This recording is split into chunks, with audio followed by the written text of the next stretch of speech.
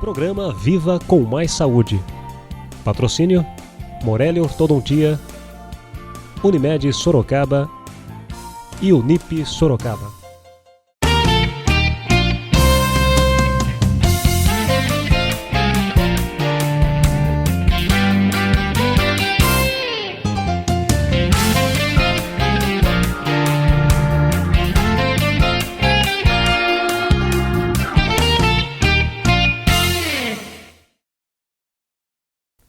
Viva com Mais Saúde, um programa idealizado pela Fundação Baldino do Amaral, realizado pela TV Com e pela TV Jornal Cruzeiro do Sul. Hoje recebe aqui o médico endocrinologista Dr. Maurício Aguiar de Paula. Seja bem-vindo, Dr. Maurício, aos nossos estúdios aqui da TV Com. Obrigado, Paula. É um prazer estar aqui, poder falar com o público da Fundação, da TV Com, do jornal, a respeito de um assunto tão importante, né, do nosso dia a dia, que é o diabetes. Eu acho que quanto mais informação a gente puder trazer para a população, é interessante para a gente poder diminuir as complicações que essa doença traz e os riscos que ela traz para quem a tem, né? Com certeza, doutor Maurício. Muito obrigada pela sua presença. Já que o senhor falou, nosso assunto de hoje é o diabetes e eu gostaria que o senhor explicasse o que é o diabetes, o que determina que o indivíduo é portador do diabetes. Bom, diabetes em si é o excesso de açúcar no sangue, né? Uma doença caracterizada por esse excesso de glicose no sangue, né? A gente já vai dizer aqui que esse açúcar não é exatamente o açúcar do açucareiro, né? Como a gente brinca, né? na consulta. É o açúcar que a gente usa como energia, que é chamado de glicose. E a glicose a gente obtém de quase todos os alimentos, né? Isso é importante definir já para as pessoas também tomarem um cuidado com relação à alimentação, né? Alguns têm mais proporção de transformação em glicose e outros alimentos Exato. têm. E a doença é esse excesso. O excesso ocorre não só porque a pessoa ingere muito açúcar, ela ocorre por algum defeito no organismo, né, dependendo do tipo de diabetes, né, que a gente vai conversar sobre isso, causando esse acúmulo de açúcar na circulação, que é prejudicial a longo prazo para a circulação, para todos os órgãos daquela pessoa, né? Em suma, é uma doença metabólica, como a gente diz, né? Geralmente relacionada a outras alterações metabólicas muito comuns, como colesterol, como excesso de ácido úrico, triglicérides. É uma doença multifacetada, né? Essa doença ela se dá por um mau funcionamento de algum órgão, não é isso? Isso. Do pâncreas, é isso? Vamos imaginar como é o normal, né? Tá. Quando a gente se alimenta, muitos alimentos, como vamos imaginar, a batata, o arroz, o pão, o amido em geral, as farinhas, né? É digerido no nosso organismo, no estômago, no intestino, e ele vai se transformando em pequenas partículas. Uma das mais importantes é a glicose, que vai entrar na circulação, e essa glicose para a gente é a nossa gasolina, né? Para ela funcionar como gasolina, ela tem que entrar dentro da nossa carne, vamos dizer, nos músculos, nas células, né? Para entrar dentro das células, ela precisa da insulina. Então, a insulina é um hormônio que vem do pâncreas, né? Que é um órgão que a gente tem aqui no abdômen. O pâncreas produz a insulina. A partir do momento que a glicose está no sangue, existe uma informação. Olha, seu pâncreas tem glicose lá no sangue. Então, vai a insulina pegar essa glicose e colocar dentro da nossa máquina, vamos dizer. E aí, certo. A máquina vai funcionar com essa energia, que é a glicose, né? Esse é o normal de todo mundo. O indivíduo que tem a diabetes, ou não tem mais a produção dessa insulina, que é o mais comum no diabetes tipo 1, depois a gente vai comentar um pouco mais, ou a insulina que ele produz não é suficiente, ou ela não consegue atuar O suficiente. nas portinhas das células, abrindo as células para a glicose entrar, que a gente chama de resistência à ação da insulina, que é mais comum no diabetes tipo 2. Então é um defeito no pâncreas, na produção de insulina e na ação da insulina, que vai acabar causando o diabetes. Doutor Maurício, a partir de qual valor de glicemia eu preciso me cuidar, eu estou diabético ou devo procurar um tratamento? Se você passou de 100 de glicemia em jejum, né? Você foi lá com 12 horas de jejum e colheu uma glicemia, deu mais que 100, já acendeu a luz amarela, né? Assim, você já tem que ficar alerta. Até 125 a gente chama de intolerância à glicose. O mais comum é a gente falar de pré-diabetes. É uma situação que você está em risco. Se somar que você está obeso, sedentário, tem histórico familiar, não perca tempo, vá fazer uma consulta com o seu médico, talvez ele vá pedir aquela curva glicêmica, que é um exame um pouco mais específico para com uma sobrecarga de açúcar, ele vê qual é a resposta do seu organismo. Mas já deve ser procurado. Sem dúvida. Entre 100 e 125 a gente já, às vezes, até usa medicação num momento como esse. Se sua glicemia de jejum deu mais que 125, vale a pena confirmar com outro exame em um outro momento, breve, né? Porque pode ter havido algum erro de laboratório, enfim. Mas 2 exames confirmando acima de 125 é diabetes. Você vai ter que ser tratado como tal. Já a partir procura um de especialista, então, a doença crônica, você não se livra mais dela, vamos dizer assim. Em algumas situações de campanha, né, você foi lá, mas tinha comido. Se em qualquer momento do dia eu acabei de comer um pudim aqui, vamos imaginar, né? Medi minha glicemia, deu mais que 200, já é diabetes. Você pode falar, mas você comeu um pudim. Qualquer organismo é capaz de deixar a glicemia abaixo de 200, mesmo que eu tenha comido doce agora, né? Então, se numa campanha deu mais que 200, já é diabetes. E se jejum der mais do que 120? 25, já é diabetes também. Tá certo, doutor Maurício. Então, como a gente está já falando assim, existe o diabético tipo 1 e o tipo 2. Sim. Tipo 3 ainda não inventaram. Não. Mas... não inventaram ou não descobriram, né? Mas, de fato, existem vários tipos de diabetes. Os mais comuns. Alguns muito específicos, mas na grande maioria é diabetes tipo 1, diabetes tipo 2. Então, explica pra gente o que é o diferencial entre o tipo 1 e o tipo 2. Diabetes tipo 1 é o diabetes mais comum na criança, né? De todo mundo com diabetes, vamos imaginar assim, em torno de 3% das pessoas com diabetes, até 10% em algumas regiões do mundo, de 3% a 10% pode ser o diabetes tipo 1, que é mais comum em crianças, não tem relação com o histórico familiar, aquela pessoa pode ser a primeira a desencadear diabetes na família, né? Por isso geralmente está muito relacionada a um estresse muito grande no diagnóstico, né? Porque imagine uma criança descobrindo essa doença, numa família que não existia ninguém com ela, né? Não sabe como lidar com a doença. É sempre uma novidade muito grande numa situação geralmente muito aguda, muito grave, né?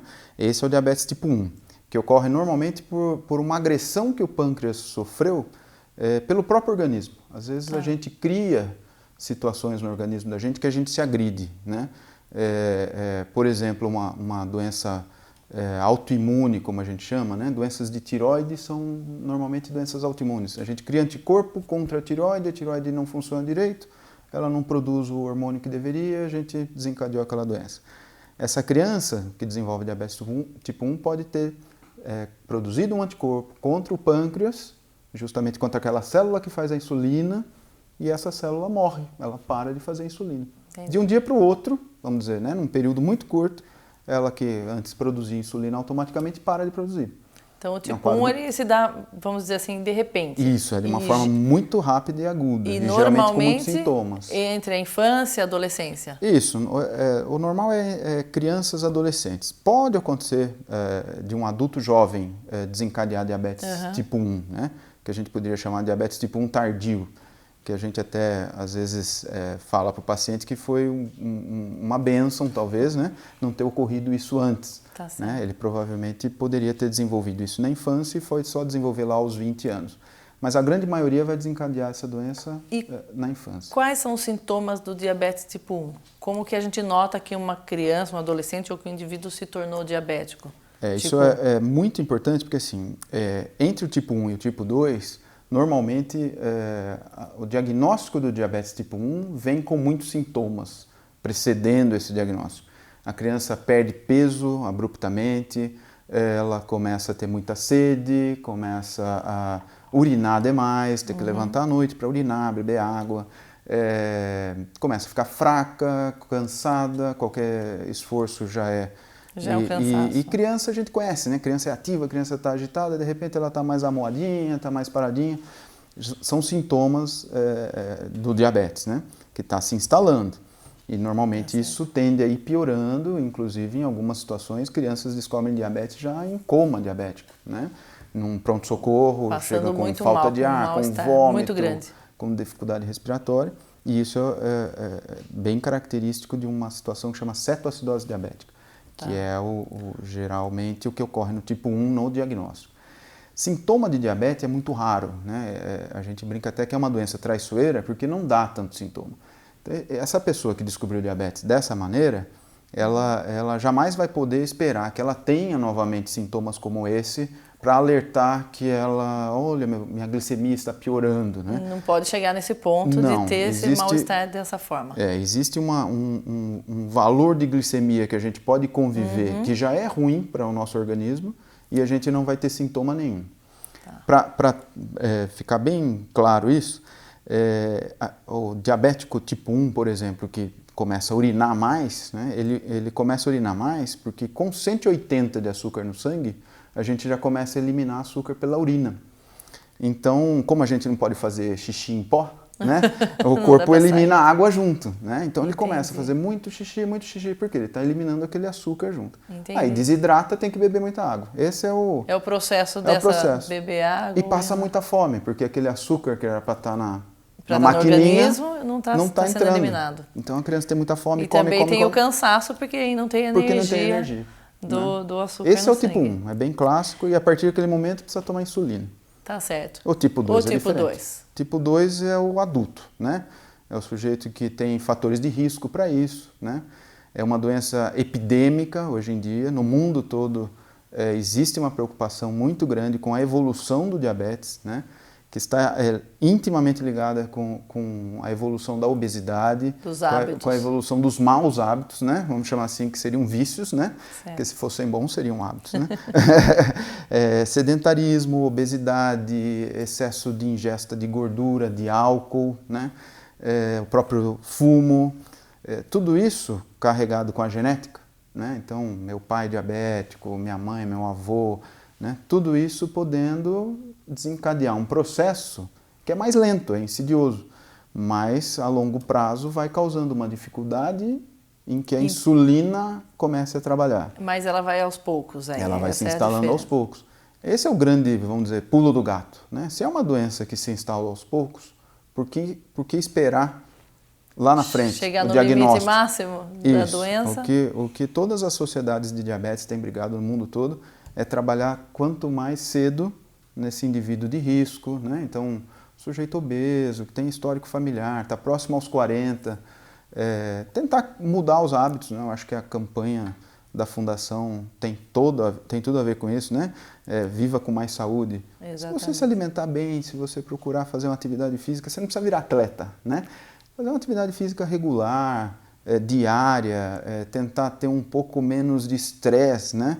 Acho que a gente pode tentar viver com um pouco menos de estresse. Claro. Procurar menos problema, pelo menos. Porque eles vêm até a gente para que procurar. Então, isso seriam medidas preventivas. Exatamente esse tipo ponto 2. que eu queria tocar com o senhor, doutor Maurício.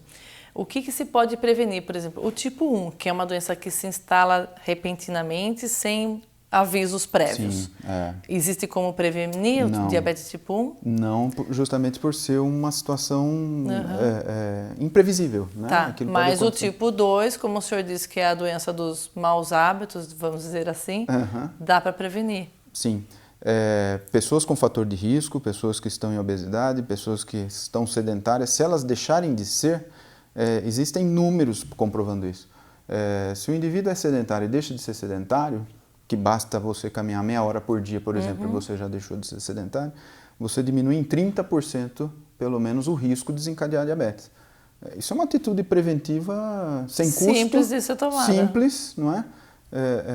E extremamente salutar, né, para o resto da sua vida. Me fale uma coisa, doutor Maurício, homens ou mulheres, existe um grupo de maior risco para essa doença? Não há diferença, é uma doença que não separa sexo, religião, cor, Nem opção CEP, né? partidária, Pode morar onde for queira, ela e vai. nem classe econômica. Existe um fenômeno, acho que é interessante a gente citar, que como existe hoje um acesso maior ao alimento, né? E vamos dizer, aos alimentos ruins, né? de má qualidade. Industrializados também, que antigamente eram muito mais caros, É. vamos dizer assim. Em algumas populações que existiu, por exemplo, uma restrição de energia, de acesso à energia, o diabetes parece que está se manifestando com maior violência, vamos dizer assim, porque a obesidade tem acontecido também com maior frequência. Existe uma certa relação entre você ter um organismo que já sofreu uma restrição de energia, vamos imaginar alguém que passou fome, né, ou alguém que teve alguma dificuldade de acesso, com de repente um acesso a essa energia toda e um acúmulo exagerado. Essa pessoa pode ter maior risco também para diabetes. Então, talvez em algumas regiões a gente pode até ver um aumento mais significativo, né, da doença. Mas todo mundo está sob risco, né? Todo mundo de qualquer idade? Existe uma idade, a não ser essa do tipo 1, vamos dizer que ela se manifesta rapidamente na infância, na adolescência. O tipo 2, existe uma idade mais crítica, a partir da qual a gente deve tomar cuidado? Até então a gente tem a recomendação de orientar que a partir dos 40 você observe, né? Ou faça o exame para investigar se você realmente já tem um diabetes ou pré-diabetes, né? Mas infelizmente por esses maus hábitos, né? A gente tem tido diabetes tipo 2, não o tipo 1, o tipo 2 já se manifestando em adolescentes. Mesmo tipo 2. Nos Estados Unidos isso é muito comum, já existe um alerta, né, com relação a isso por lá.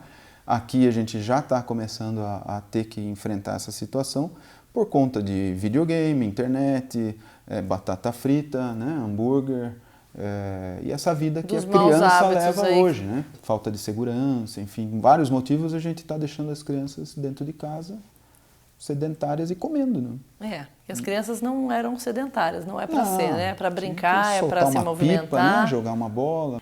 Como que faz para conviver com o diabetes? Porque é uma doença que o senhor disse, ela vem devagar às vezes, ou rapidamente, não importa de que forma ela venha, mas hoje em dia tem tratamentos eficientes, as drogas são mais eficazes. Como se dá esse tratamento do diabetes? Eu acho que a conversa continua no mesmo tom, né? Aquilo que eu disse. Não é uma condenação. Você teve o diagnóstico, né? Ótimo, você não preveniu antes. Comece a se prevenir agora das complicações. Como que você vai conviver com essa doença sem que ela te traga problemas? Se alimentando bem, fazendo atividade física, tudo aquilo que você deveria ter feito. Que você não fez na lição de casa, vai fazendo a recuperação. É engraçado que alguns pacientes, eles até dizem, olha, você sabe que até foi uma boa para mim, né? É interessante isso, eles não falam pejorativamente, não é uma situação, né? Olha, a partir daquele momento eu tomei consciência e hoje existem atletas que são diabéticos por conta do descobrimento do diabetes. Porque começam a se exercitar. Um menino que começou a nadar porque seria bom. Tem um americano com 9 medalhas em Olimpíada que é diabético tipo 1. Olha só que interessante. Quer dizer que o diabetes não é empecilho para que a pessoa tenha uma vida normal. Pelo contrário, ele vai passar a viver de um jeito, ou deveria passar a viver de um jeito, como todo mundo. Mais saudável. Comendo bem, fazendo exercício, controlando o estresse, olhando para a saúde, né? Procurando um médico com frequência, fazendo exames, tomando os remédios adequados, né? E aí o diabético, ele toma insulina todo dia, uma vez por dia? Isso vai depender do tratamento? Esse é o diabetes tipo 1, né? O diabético tipo 1, a partir do momento do diagnóstico, precisa tomar insulina todo dia, né? Ele parou de produzir, ou ele tem muito pouca insulina, então ele precisa tomar. Existem tipos diferentes de insulina, né? A insulina, por exemplo, que nós temos na rede pública, a insulina humana NPH, ela tem uma ação de 8 a 12 horas no nosso organismo. Então, pelo menos 2 vezes por dia, aquela criança vai ter que aplicar insulina. Se não mais, 3, para fazer um controle adequado.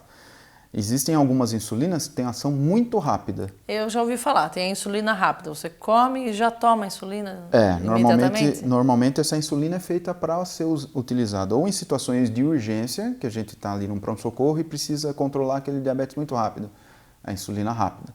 Ou no dia a dia da criança, que bem treinada, orientada pela nutricionista, pelo médico que está auxiliando, vai usar para se alimentar. Então ela vai ter uma dose específica para aquela refeição, ela aplica, come, né? Ou ela vai aprender a saber o que ela vai comer, olhar no prato, vamos imaginar o quanto tem ali de carboidrato, que seriam os alimentos que virariam açúcar, né, no sangue dela, e usar uma dose específica para aquele tanto de carboidrato. Sempre medindo também para... Como ele já está antes, vamos dizer, ele mede o nível de glicose dele antes de ministrar a insulina. Então, eu estou com a glicemia na minha meta, eu só vou aplicar a insulina para aquele tanto que eu vou comer. Não, minha glicemia está fora da meta, então eu vou aplicar um tanto que é para corrigir essa glicemia e outro tanto para aquilo que eu vou comer. Que é daquilo que eu vou comer. E isso, então, com certeza, principalmente para as crianças, para os jovens, né, que antes passavam grandes privações, embora temos produtos dietéticos muito bons no mercado, mas aquela vontade de comer uma coisa específica, um dia especial, um aniversário, isso deve ter melhorado muito a vida dos pacientes. Trouxe uma liberdade, mas como toda liberdade, a gente tem que saber usá-la. Né? Claro. Você está livre, talvez, até para comer açúcar, vamos dizer assim, que seria um doce. Né? Mas, lógico que, sabendo que aquele valor do alimento que está ali é ruim, não é? Não tem valor nutritivo nenhum num doce. Claro. Né? Mas, poxa, uma criança num aniversário, todos os amiguinhos comendo um brigadeiro e ela não pode porque tem diabetes. Existe esse recurso. É lógico que isso a gente tem que tomar muito cuidado para falar, porque não é para todo mundo, né? Isso tem que ser muito bem orientado pelo médico que está acompanhando, porque às vezes isso sai do controle. Tá, não né? é para ser uma constância, é para ser uma eventualidade. Mas né? já é um grande passo. Poxa, Como com certeza, disse. Só saber que pode um dia, Exato, já acho que muda exato. totalmente o conceito da situação, né? Esse é o tipo 1, essa é a vida do diabetes tipo 1. E o tipo 2 também não vai poder comer porque vai ter que evitar um pouco, segurar se a onda. Normalmente está relacionado à obesidade, ele precisa melhorar os hábitos primeiro. Existem algumas complicações do diabetes? O que a gente precisa estar aí tomando cuidado para que essa pessoa que tem o tipo 1 ou o tipo 2 não chegue a um fator aí, a um limite de alguma agravação da doença? Tem alguma complicação? Sem dúvida. O grande X da questão diabetes são suas complicações, né? Diabetes, diretamente, ela não vai causar o óbito de ninguém, muito raramente. Vai matar alguém, não, o diabetes. Em situações muito extremas pode acontecer. Mas, normalmente, o que ela vai fazer aos poucos e alterando o nosso organismo, se não bem controlada, né? Ela vai causando doenças nos nossos vasinhos, vamos imaginar. Tá. Esse excesso de açúcar circulando no sangue sem necessidade vai lesando os vasos. Imagine a gente com um monte de caninhos aqui hidráulicos, né? São os nossos vasos sanguíneos. Eles são muito importantes em todos os lugares do corpo, na retina, no rim, no coração. E essa lesão que vai acontecendo nos vasos vai causar doenças nesses órgãos. Né? Os mais comuns? Retina. Né? Hoje em dia, ainda no Brasil, a maior causa de cegueira é diabetes. Não diga. Maior causa de amputação não traumática, né? Não foi um acidente, é diabetes. A amputação das pernas, né? Existe um probleminha aqui, desculpa interrompê-lo, mas existe um probleminha que precisa tomar cuidado com os pés do diabético? Exato. Como que é isso? Ela infecciona ou a gente tem mais os pontos sensibilidade? fracos, né? As extremidades, e principalmente os pés, né? Eles têm uma circulação piorada, né? Então o sangue chega com mais dificuldade naquela região, né? Tem uma sensibilidade também piorada. E o diabetes, além de agredir os vasinhos, né? Então essa circulação que já não é das melhores no organismo, já vai estar piorada por conta do diabetes. Também existe uma lesão dos nervos, né? A gente também, além dos caninhos hidráulicos, a gente tem fios elétricos no corpo da gente todo, que são os nervos. Então eu encosto o meu dedo aqui na mesa, tem um nervo me avisando, ó, você está encostando o dedo na mesa e ela está pegando fogo, então tira. Aí o mesmo nervo vai comunicar para eu retirar esse dedo. O diabetes vai lesando essa comunicação. A capa dos nervos, vai causando como se fosse um curto-circuito, não é? E nos pés isso é muito comum também. Então ele começa a ter dormência, queimação, falta de sensibilidade. Aí ele põe um sapato com uma pedrinha dentro. Entendi. Que a gente... né? Ele se lesiona porque ele não sentiu, na Isso. verdade, que tinha algum pequeno problema. Pronto. Ou uma frieira, ou Entendi. um corte inadequado das unhas. Aquela lesão, pra gente, né? Vai ser rapidamente corrigida, né? O próprio corpo vai tomar conta daquilo. O diabético vai ter mais dificuldade para E aí começa uma lesãozinha e... Que pode ser a causa de uma amputação. Eu queria fazer um jogo aqui com o senhor. Eu queria saber o que dizem por aí, o que é verdade e o que é mito. Perfeito, ótimo. O diabetes é contagioso? Não, de forma alguma. Diabetes pode ser hereditário, né, como a gente disse, em relação a histórico familiar. Ninguém com pode diabetes... compartilhar algum utensílio, não tem problema Totalmente, nesse sentido. Com os cuidados com as outras doenças, a gente pode conviver bem. E a canela? Dizem que a canela é ótimo, quem come canela tem o diabetes regulado, como é isso? Acho que gastar as canelas é ótimo. Né? Você usar suas canelas, né? A gente tem todo um mito, né? Assim, eu acho que a canela é um exemplo que você pegou, né? Mas tem o chá do jambolão, do pau-tenente, a folha de insulina. Da goiabeira também? Deve ter também a goiabeira. Né? O duro dessas situações é assim, não tem pesquisa clínica em cima de produtos fitoterápicos. Então a gente sabe, por exemplo, o pó do maracujá, né? Que foi um negócio que de repente era a cura do diabetes.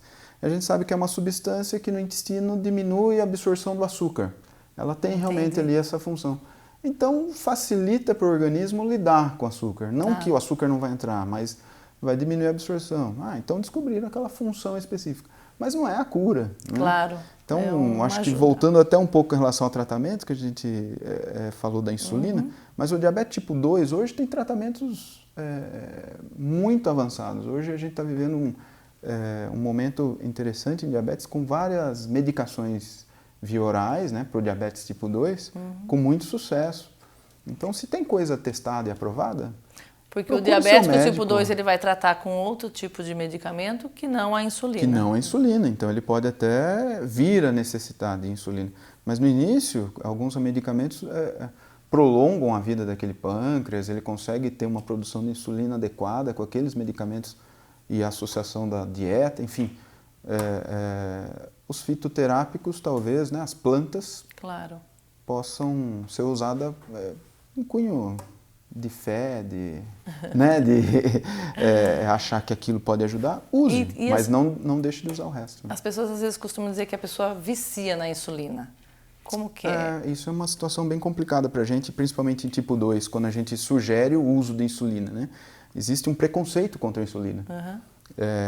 E é engraçado que não é contra a agulha. A gente sempre imaginou que a pessoa tinha medo de injeção. Da agulha. Até o ponto que surgiu uma época no mercado uma insulina que era inalada.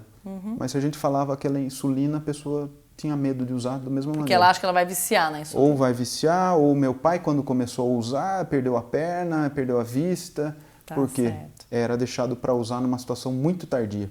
Então a insulina é bom pra gente. A gente tem, eu tenho, você tem. Ter que usar insulina não é nenhum prejuízo. Na verdade é porque a pessoa precisa utilizar. Está precisando, não vai ficar... ela está usando porque se o médico indicou, na hora certa. Né? E como tudo que a gente trata aqui no nosso programa, então fica aí o recado que a prevenção é realmente o melhor remédio. Eu acho que ainda se você deixar para esperar com célula-tronco, vamos imaginar, com as medicações novas que a gente tem na mão, começar a tratar só depois que a doença se instalar, talvez você tenha muita chance de se dar bem ainda, existem muitas soluções. Mas a prevenção, você não vai precisar de nada disso, né? Talvez então, uma caminhada, uma boa alimentação. Vamos lá usar as canelas, vamos nos exercitar, vamos tomar conta da alimentação e com certeza procurar uma vida saudável.